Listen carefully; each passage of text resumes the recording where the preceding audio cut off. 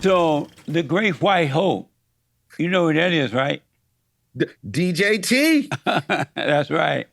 There's going to be a debate tonight between, and tonight is September 10th, 2024, just for the record. There's going to be this debate between Donald Trump and Kamala Harris. What are you thinking about? Even though we don't know until it happens, what do you expect to see tonight? I expect to see a massive bowl of word salad as usual from Yeah. Kamala Harris. Yeah. I expect to see no accountability for the abysmal record that the Biden-Harris administration has had over the last 3 years on the border and the economy and safety. I am hoping and praying that Donald Trump will let her do most of the talking. And I'm hoping and praying that Donald Trump will actually recognize that it's his to lose, to stay calm. But we know Trump is going to do what Trump does. Trump's going to be But Trump. yeah, he's gonna be Trump. But I'll tell you, Jesse, I think honestly, this is gonna be the most important presidential debate in the history of our country because we're at a precipice that if we go over this corner with Kamala Harris and the socialist Marxist policy she wants to pursue, that'll be the death of our country. Yeah, I agree. I'm surprised that anybody vote for Kamala Harris. They've already seen what she can do. She's been there for 4 years now almost. They already know she's not going to do anything good for the country. Are people voting for her just because she's a female, just because she's black and a Democrat? Yes, yes, and yes. And that is the unfortunate reality of when you have no civics, no real and I hate to use the word political education, but we're not civically educated in our schools anymore. You ask the average person, who's your county commission? Who's your city councilman? Who's your mayor? Who's your sheriff? Who's your police chief? They don't know. And even in this district here, a lot of people don't know who represents them. So, we've watched what I'm going to call the most manufactured presidential campaign I've ever seen and probably in our country's history. And for the folks that are voting for her just for her gender, just for her skin color, I went on MSNBC and told them, Jesse, going to Howard don't make you black. And I never, and you probably ain't never seen no black people put no greens in no bathtub. That has never happened nowhere in blackness. Right. You can tell she didn't know what she was talking about. Ain't no way they would have put the greens in the bathtub. What the? You don't wash your butt where your butt put the food is the rule, Yeah, I saw that interview when you said that. That was amazing. It was so true. What did the interviewer think of you once you made that statement?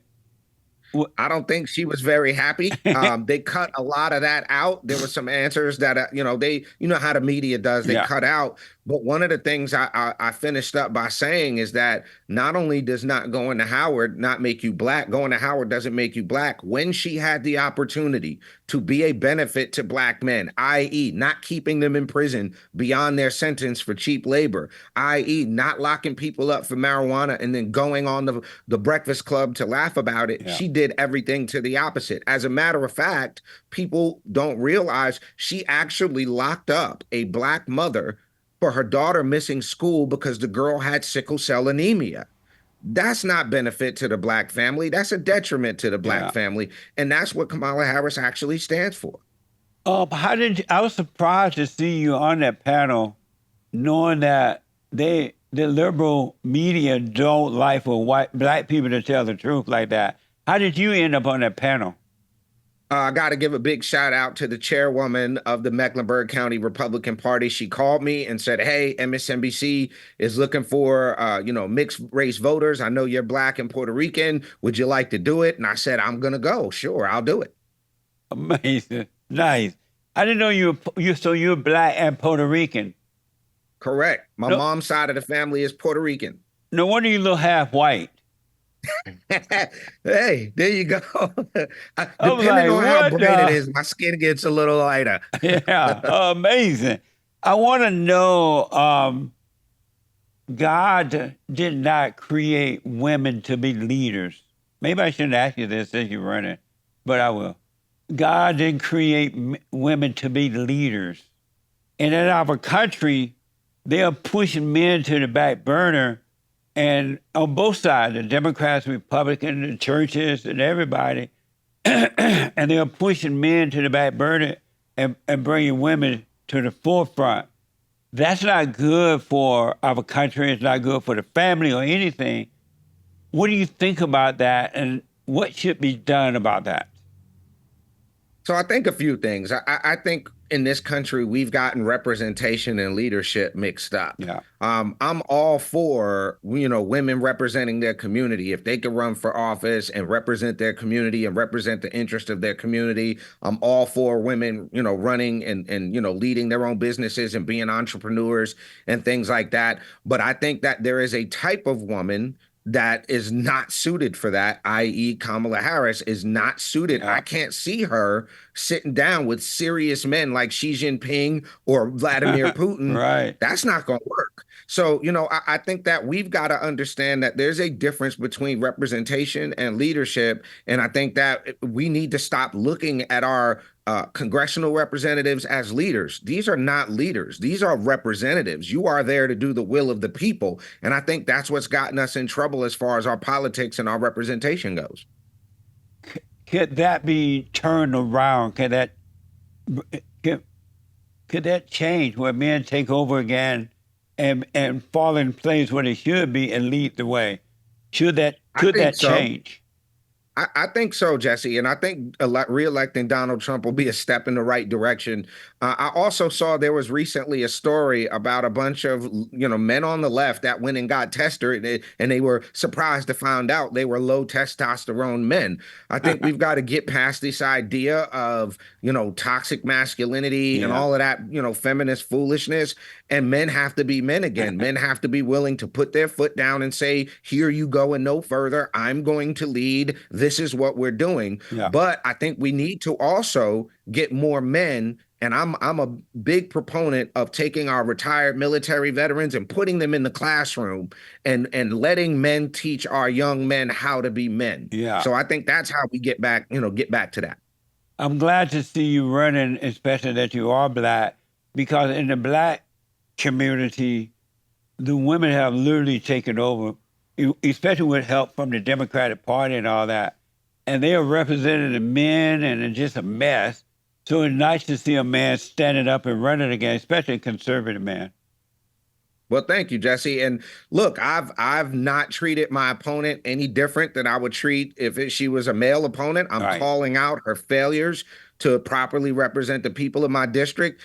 Think about this, Jesse. Somebody who is 78 years old, who survived this, who came up through the civil rights movement, to not want to require proof of citizenship, to allow illegal citizens the right to vote in our country. People on the left say it's not happening, but it's happening in San Francisco. Yeah. They're pushing it to happen in DC. It's happening all over the country. She voted against that. She actually even voted against deporting illegal aliens who assault police officers. This is common sense stuff. Yeah. And this is what happens. When you have people like this woman representing and not doing the right job. I was talking to some Black women over the weekend, and they were saying, well, if she hasn't done anything, that's fine. She has come a long way in her career, and we should help her in her career. I'm like, that's the dumbest thing I ever heard. She has not done anything. You just think you should help her in her career? And that seemed to be floating around in parts of the Black community. What do you think? What do you say to those people who say we need to help her with her career? Camilla. I'm going to say, first of all, how much with your career has she helped you is my first question. I rest my case. And the reality of it, Jesse, is this. If you've been in government for 20, 30 years, you don't have a shared experience with the everyday person. Yeah. You're not even connected. You saw the videos of Kamala. That lady don't know what it's like to walk around a gas station. She don't really, it was so awkward and fake and staged. Yeah. These are people who don't have anything vested in the experience that everyday Americans are facing. And that's my question as I'm out on the campaign trail, people, and they're like, we're going to vote blue. I'm like, well, why? All you've gotten for your vote for the last 60 years is higher crime, less money, worse schools, less respect from the Democrat Party does not respect the Black voter. And the proof in that pudding is right after the election, they dump y'all off and then you don't see him again for 2 years. Yeah. Absolutely, man. I I was surprised to hear that the blacks were told help her with her career, and they fell for it. Some have said yes to that.